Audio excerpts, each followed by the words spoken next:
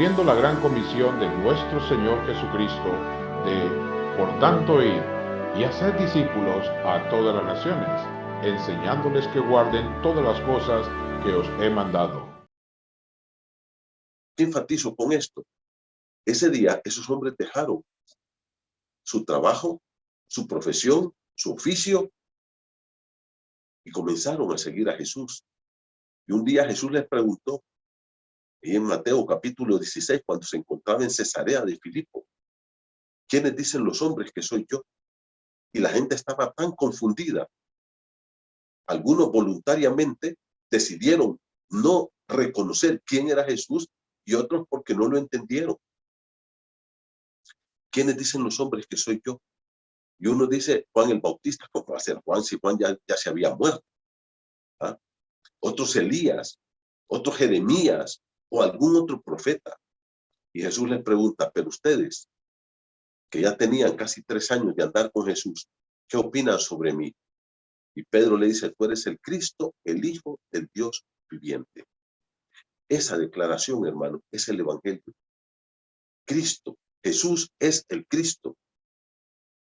La palabra Cristo quiere decir el prometido, el ungido de Dios, el que Dios determinó que vendría al mundo para salvarnos. Pero no solamente es el hombre, el Cristo, el Mesías, pero también dice el Hijo del Dios viviente. Esta frase quiere decir, tú eres de la misma naturaleza, esencia y sustancia del Padre. Tú eres Dios. Y eso es el Evangelio, es Cristo, quien es el Mesías, el prometido, el Salvador, el ungido de Dios, pero que es Dios mismo que vino a buscarnos y a salvarnos. Y un día ellos vieron a ese Jesús clavado en la cruz. Ese viernes terrible, Cristo murió y la esperanza de esta gente se derribó o se derrumbó. Y luego, ¿qué pasó? El domingo esa esperanza resucitó. Y a partir de ese momento en adelante, esta gente, hermanos, se dedicó a predicar el Evangelio en cuerpo, en alma, con todo su tiempo, con toda su vida, al extremo de que murieron, dieron su vida por causa del Evangelio, por la causa de Cristo, porque Cristo es el Evangelio. Ahora, ¿cuál es el punto aquí que estamos recalcando? ¿Qué tan importante era este mensaje para que estos hombres un día fueron llamados por Jesús, dejaron todo, siguieron a Cristo, nunca más volvieron a sus empleos, a sus trabajos, a sus oficios, a sus profesiones, nunca más? Hasta que dieron su vida por ese mensaje, por Cristo Jesús. ¿Qué tan importante es esto entonces? Y en esta noche yo quiero recalcar esto, yo quiero que busquen conmigo Romanos capítulo 1. Miren Romanos capítulo 1 conmigo. Hace unos días atrás estábamos todavía estudiando la carta a los Hebreos, una carta maravillosa. Un hermano me llama y me dice, pastor, estudiemos la carta a los Romanos también. Miren, hermanos, estudiar la carta a los Romanos es de tiempo, de mucho estudio, de mucha dedicación, porque esta carta es la carta más profunda de toda la Biblia, el libro más profundo de toda la Biblia, más doctrinalmente profundo, es la carta a los Romanos. Fantástica. Pero hoy quiero dar un pincelazo en el capítulo 1 de Romanos. El apóstol Pablo probablemente estaba en Corinto cuando escribe esta carta. Es llevada por una hermana que era sierva, una hermana que ministraba en la iglesia de Corinto llamada Febe. Y esta hermana va a Roma, va a viajar de Corinto a Roma y él aprovecha para mandar esta carta, probablemente por ahí del año 56 después de Cristo. El tema de esta carta es la justificación por la fe. Ese es el tema de la carta, que Dios nos declara justos, perdonados, sin culpa, solamente por medio de la fe. Ese es el tema de la carta. Los primeros 3 capítulos, hermanos, descubre la pecaminosidad del hombre. Nos dice qué tan malos y pecadores somos nosotros.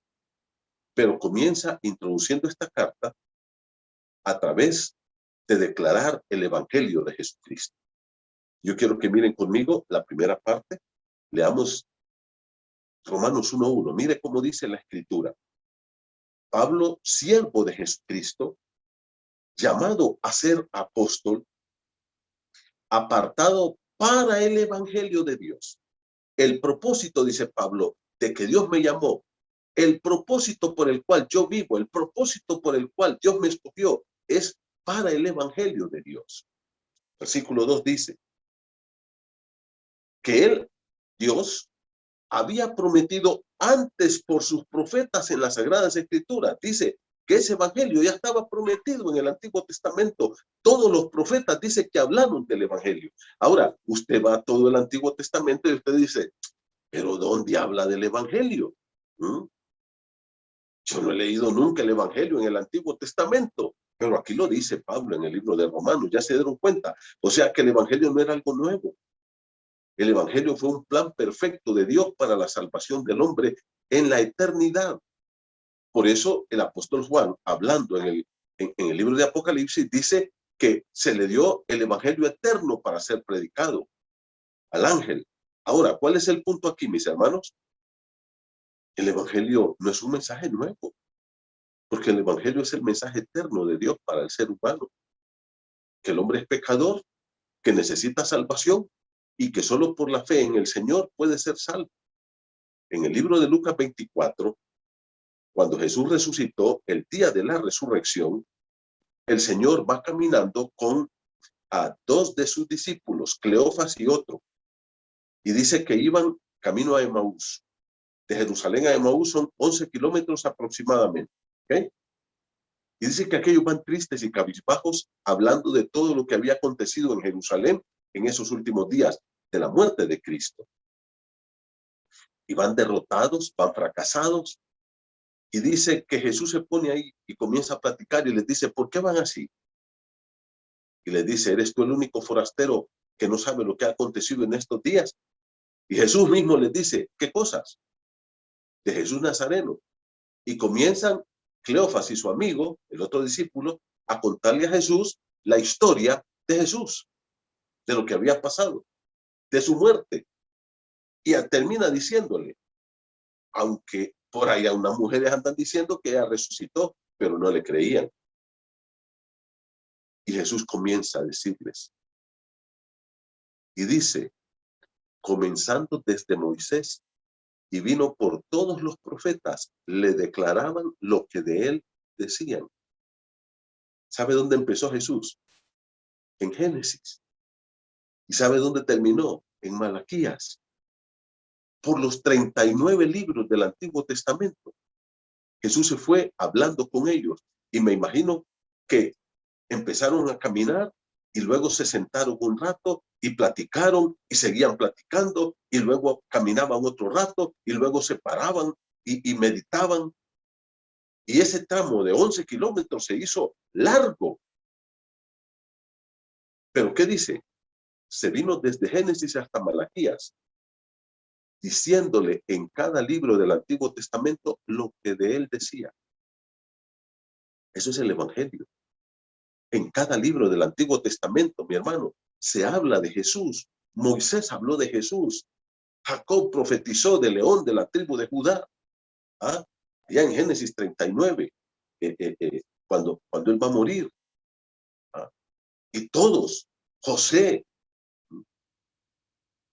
el mismo Dios, en el libro de Génesis 3, habló, Génesis 3:15, de que vendría la simiente de la mujer, que es Cristo, a darle un golpe mortal a la simiente de la serpiente, que es Satanás, a derrotar al enemigo. Ahora, en toda la Biblia, y podemos mencionar uno y otro pasaje, miren lo que dice aquí en el versículo 2, Romanos 1:2, que él había prometido antes por sus profetas en las santas escrituras. El evangelio ya estaba prometido.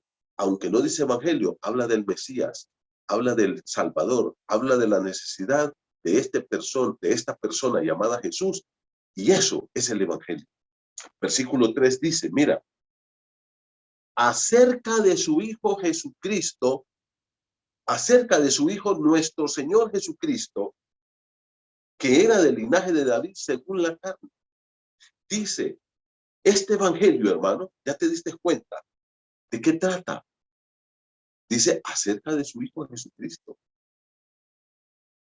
Esto es hermoso que lo podamos entender, que el evangelio es acerca de Jesucristo, habla de Jesucristo. El evangelio es Cristo, su vida, su persona, su mensaje, sus milagros, sus profecías, todo lo que él es en sí y todo lo que él hizo.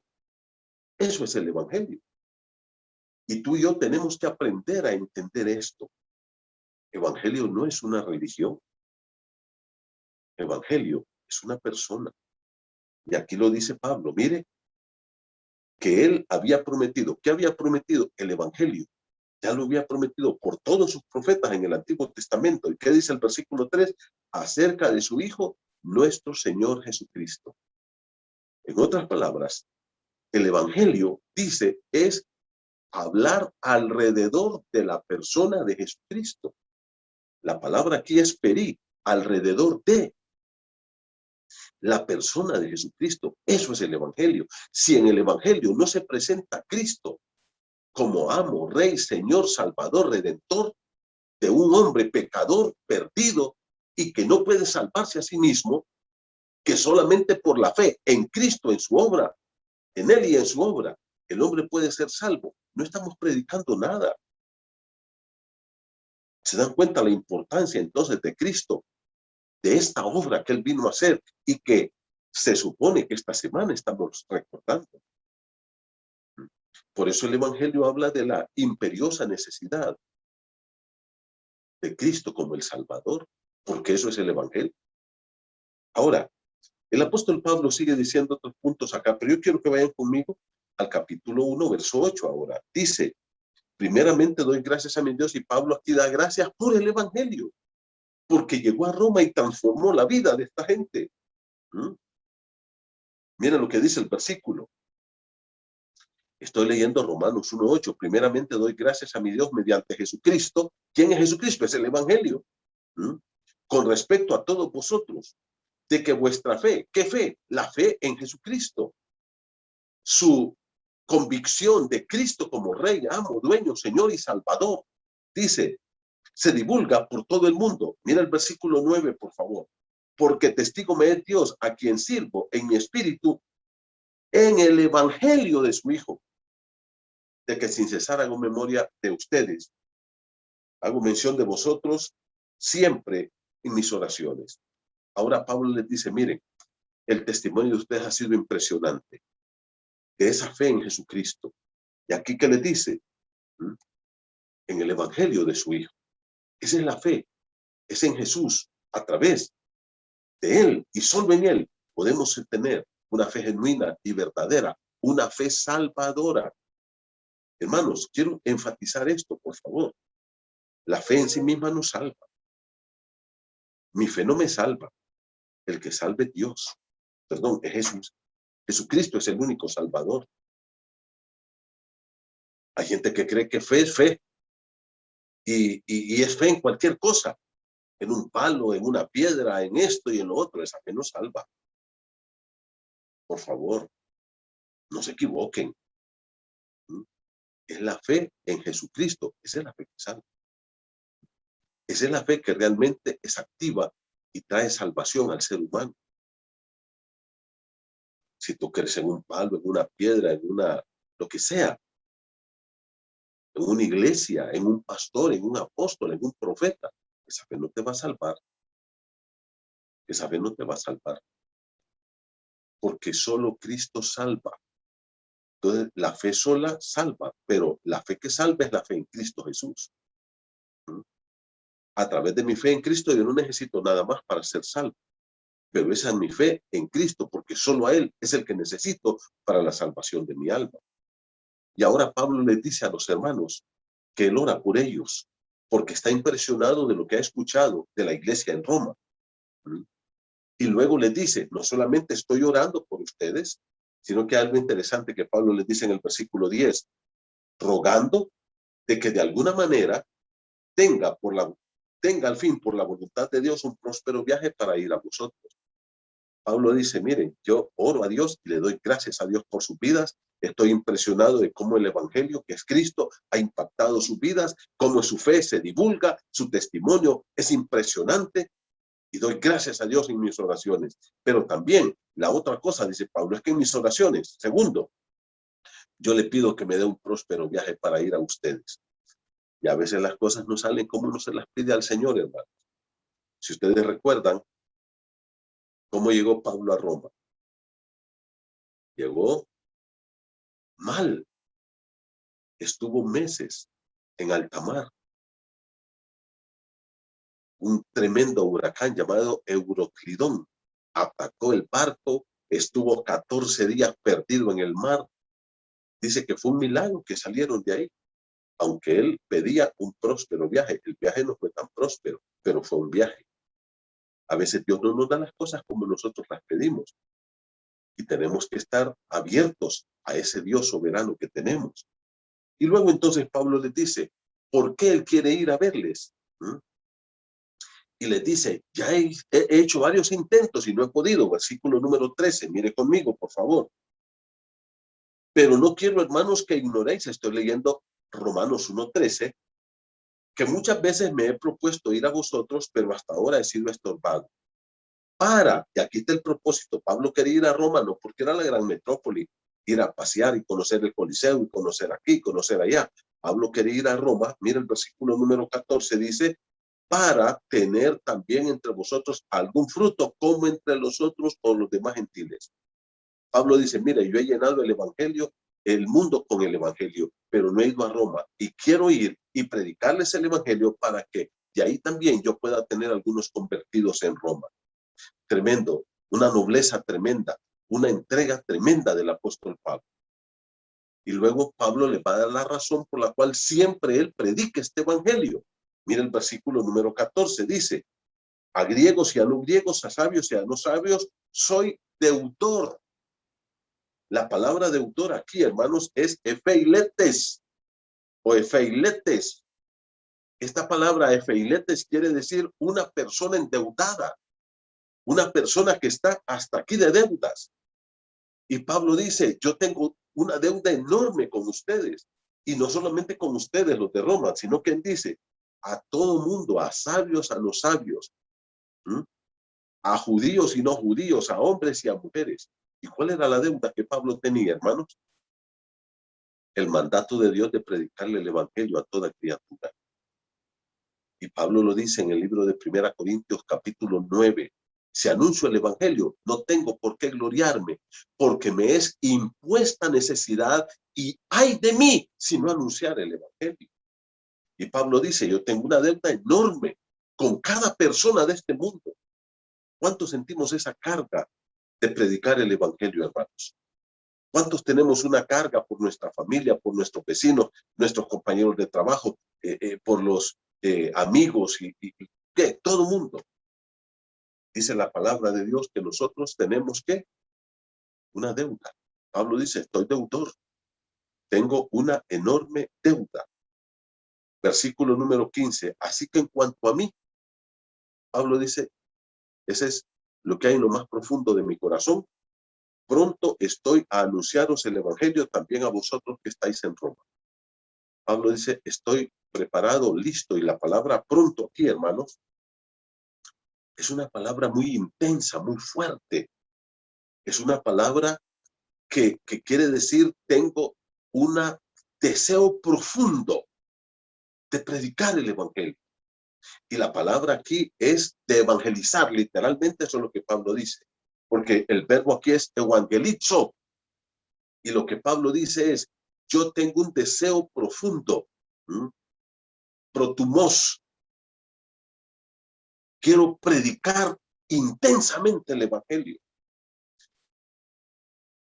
Y ahora, hermanos, podemos ver por qué esta necesidad de predicar el evangelio.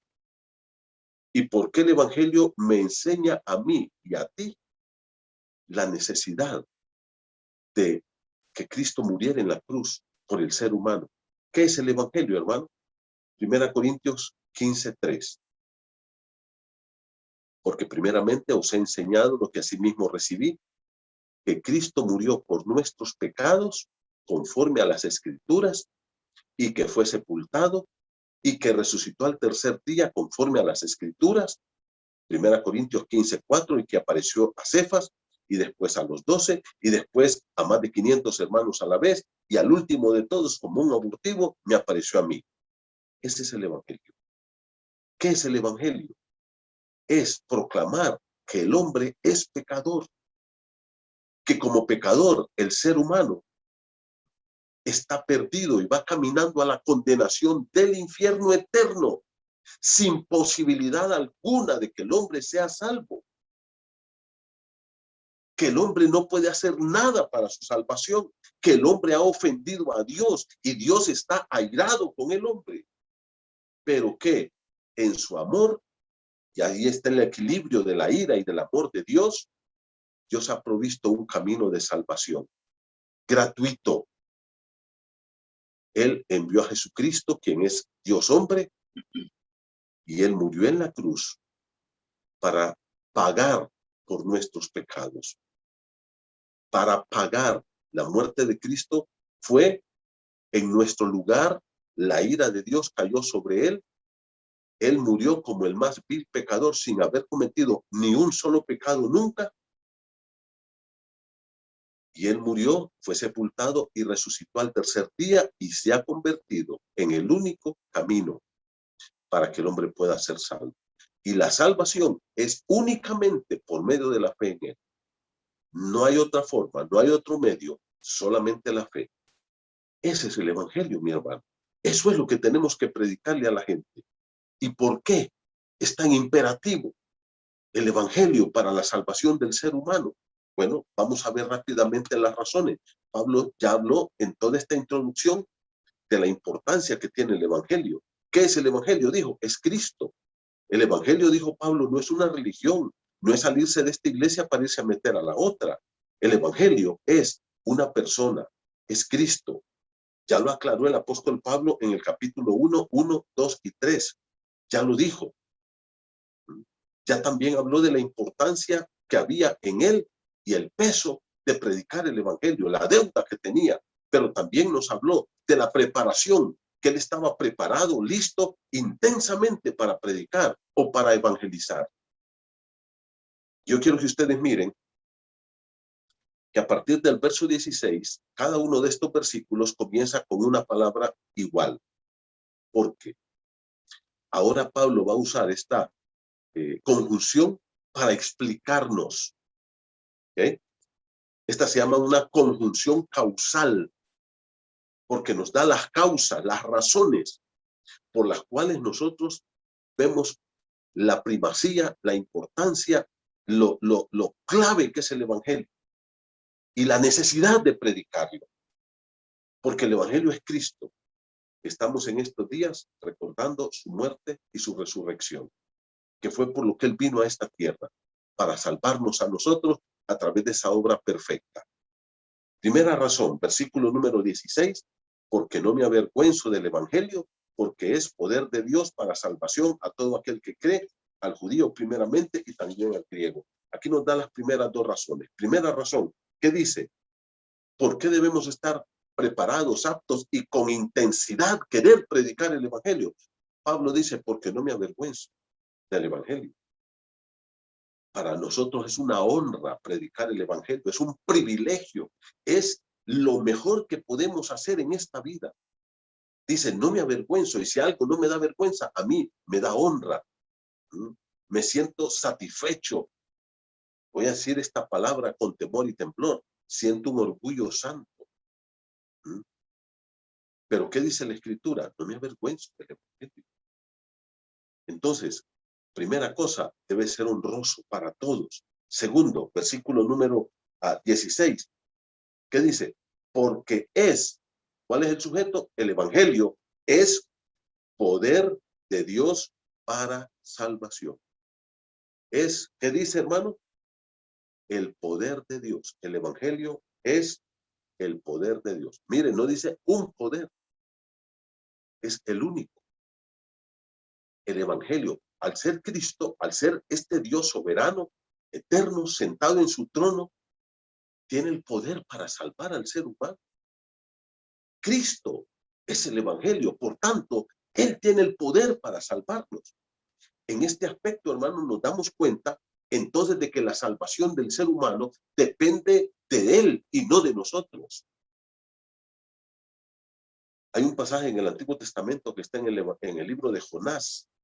Jonás capítulo 2, verso 9. Dice Jonás, la salvación es de Jehová. ¿Sabe lo único que yo puse para que Dios me salvara? Fueron mis pecados.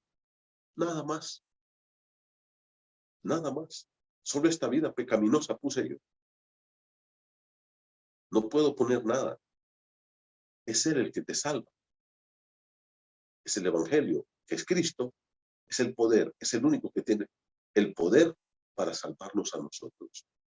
En tercer lugar, mire el versículo número 17. Dice, porque otra vez, en tercer lugar, primera razón por la cual debemos estar siempre ansiosos y con euforia para predicar el evangelio, con todo gozo, con toda preparación, porque es una satisfacción y un orgullo predicar el evangelio.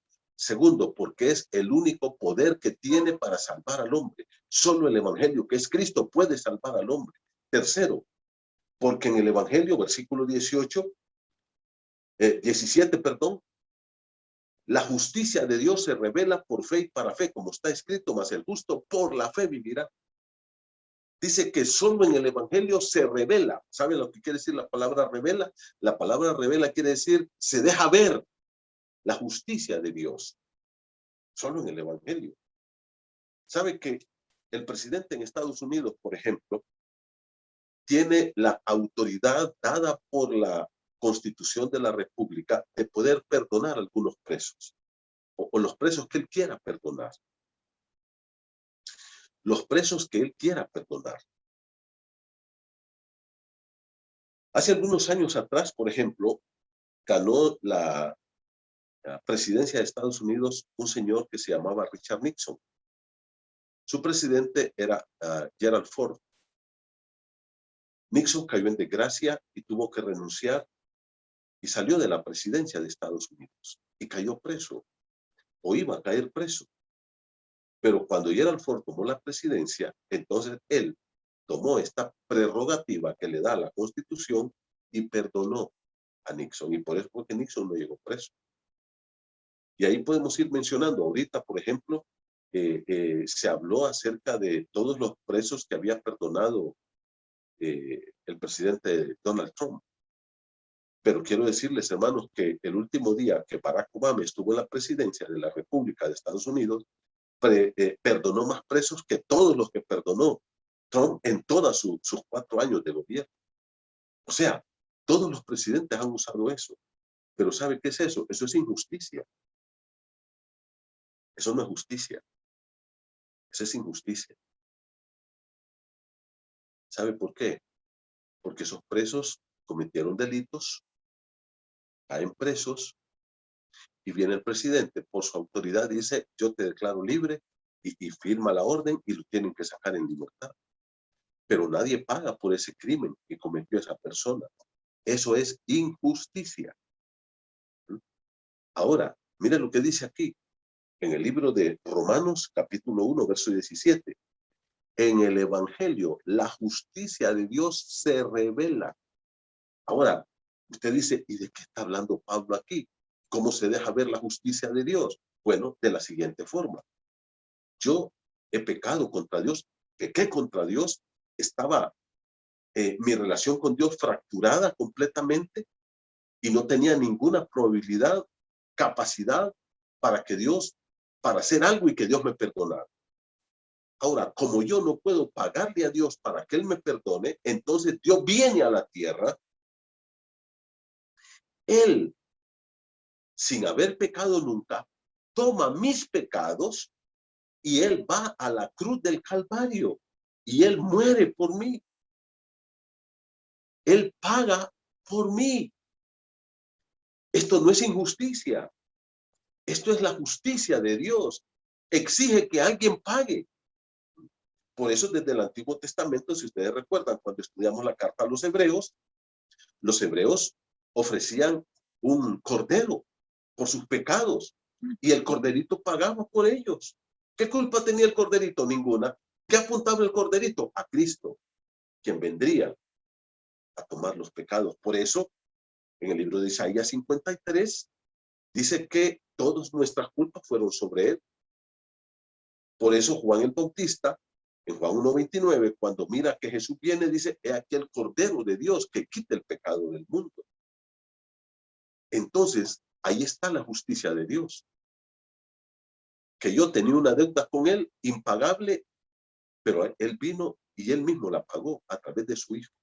Y Cristo pagó por mis pecados. Y ahí es donde se revela la justicia de Dios.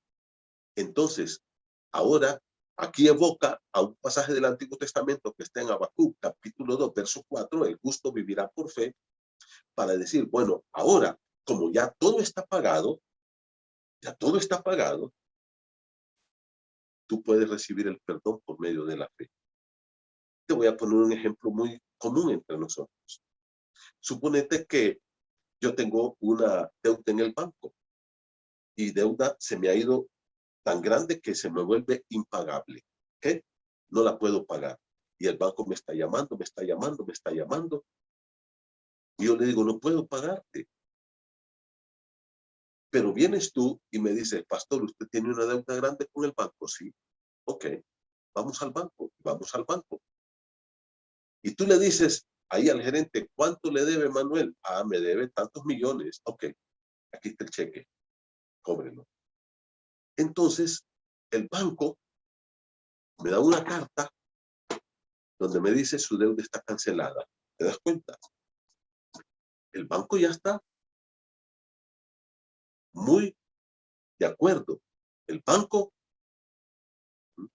se siente satisfecho porque ya pagué mi deuda.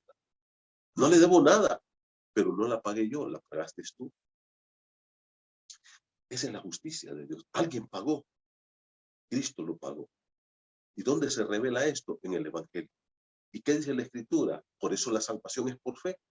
Habacuc 2:4, más el justo por la fe vivirá. Y esta frase Pablo la evoca después o la nombra de nuevo en el libro de Gálatas y en el libro de Hebreos. Ya lo estudiamos esto. Pero hay una razón más. Mira el versículo número 18. La cuarta razón.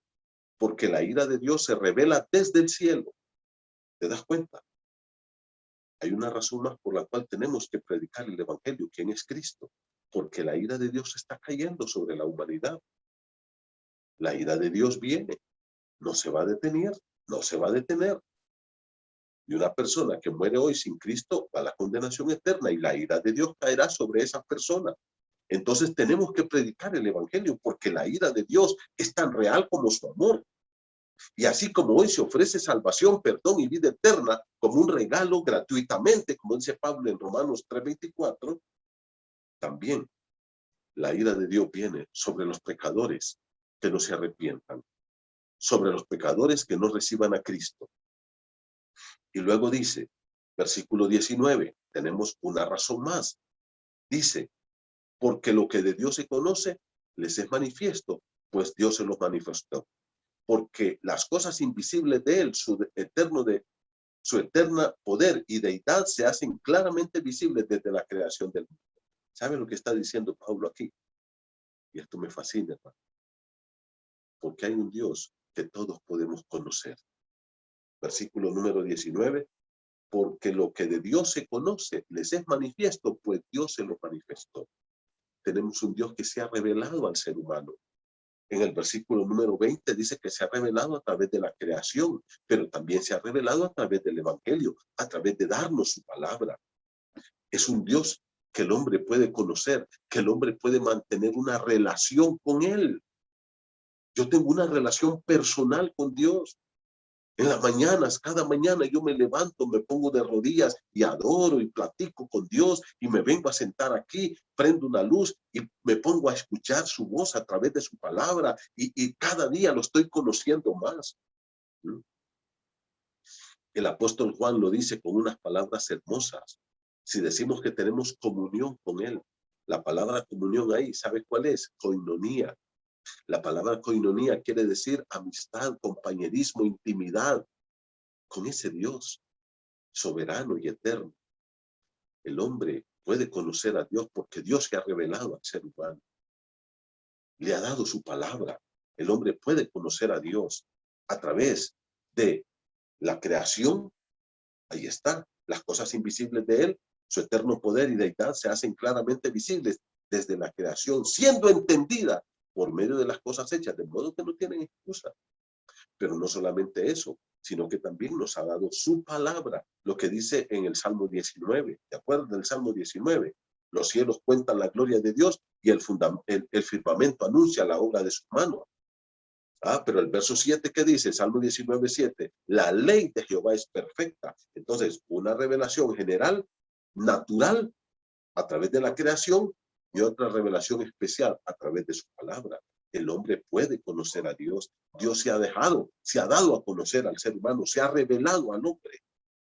Vemos la importancia entonces de la muerte de Cristo, de la predicación del evangelio. Hermano, tenemos el mensaje más maravilloso, la persona de Jesús, quien siendo Dios se hizo hombre y fue a la cruz del Calvario y murió por nosotros. Eso era imperativamente necesario. ¿Por qué? Sin eso no hay perdón, sin la muerte de Cristo no hay salvación, sin la muerte de Cristo no hay esperanza, sin la muerte de Cristo no hay nada, solo perdición y condenación eterna. El Evangelio declara, enseña que la muerte de Cristo y su resurrección eran vitales e importantes para el ser humano. Esta semana estamos recordando la muerte y la resurrección de Cristo, pero no solamente nos quedemos recordando como muchas religiones lo hacen. Esto nos debe retar para hacer lo que Pablo dijo. En cuanto a mí, estoy presto, estoy ansioso, eufórico por predicar el evangelio. Hermano querido, tenemos el mejor mensaje, Cristo Jesús, que es la esperanza de vida eterna. Y si tú, mi amigo, me estás viendo y no conoces a Cristo, este mensaje es para ti. Tú necesitas a Cristo como tu Salvador personal. Recíbelo por la fe en tu corazón. Él te quiere salvar. Terminemos con oración. Padre querido, en esta hora yo te doy gracias porque tú nos das el regalo más maravilloso, es la vida eterna. Has hecho el milagro de milagros, el perdonar nuestros pecados y darnos una vida nueva con Cristo. Gracias, Padre, por enviar a Cristo, porque Cristo vino y murió por nosotros en la cruz del Calvario.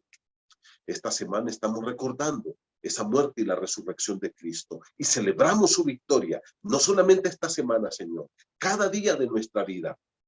Y ayúdanos a entender la importancia del evangelio, de esa muerte y resurrección de Cristo, para predicarla a cada criatura. Señor, bendice todos los que estamos en esta reunión en este momento. Y aquellos que no te conocen, yo te pido que tú toques su corazón y que les permitas tener el perdón y la vida eterna. Mi amigo, yo quiero hablar contigo en este momento, mientras los demás hermanos están en oración. Si tú todavía no has recibido a Cristo como tu Salvador personal, Él es tu única esperanza de perdón, de salvación y de vida eterna. Solamente tienes que poner toda tu confianza en Él y clamarle desde lo más profundo de tu corazón y con toda tu fe la salvación de tu alma. Y Él te la va a dar. Si tú quieres recibir a Cristo, Él dice, yo estoy a la puerta y llamo. Si alguno oye mi voz y abre la puerta, entraré a Él. Él quiere entrar en tu corazón. Y Él lo puede hacer si tú se lo pides en esta noche. Y si tú lo quieres hacer, yo te voy a ayudar. Cierra tus ojos y repite conmigo esta oración. Repítela con toda tu fe, con toda sinceridad, desde lo más profundo de tu ser. Dile al Señor, buen Dios, esta noche yo entiendo mi necesidad de recibir a Cristo, de tener el perdón. Ante ti, mi Dios, Reconozco que soy pecador. Reconozco que te he ofendido con mis pecados y me arrepiento de todos los pecados que yo he cometido. En este momento te pido que me perdones. Vengo a ti para clamarte que tengas misericordia de mí, que me perdones todos los pecados, que me laves de todos mis pecados con la sangre que Cristo derramó en la cruz. Gracias, Señor Jesús, por haber venido a la tierra, por haberme venido a buscar. Gracias, Señor, por morir por mí, porque tomaste mi lugar en la cruz. Y este momento, yo sé que tú moriste, Jesús, fuiste sepultado, pero resucitaste y hoy vives y eres mi único Salvador. Pongo en ti, Señor, toda mi fe, toda mi confianza para la salvación de mi alma. Te recibo como mi Salvador personal. Te entrego mi corazón a ti.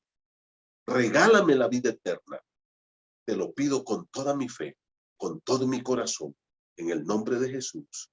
Amén. Gracias, que Dios los bendiga. Y si tú tomaste esta decisión hoy, yo te animo para que me mandes un mensajito, que le mandes un mensaje a la persona que te invitó para que compartas con nosotros esta enorme bendición. Y no se olviden, viernes no tenemos reunión hasta el domingo a las 10 en punto de la mañana. Les queremos mucho. Que Dios los bendiga.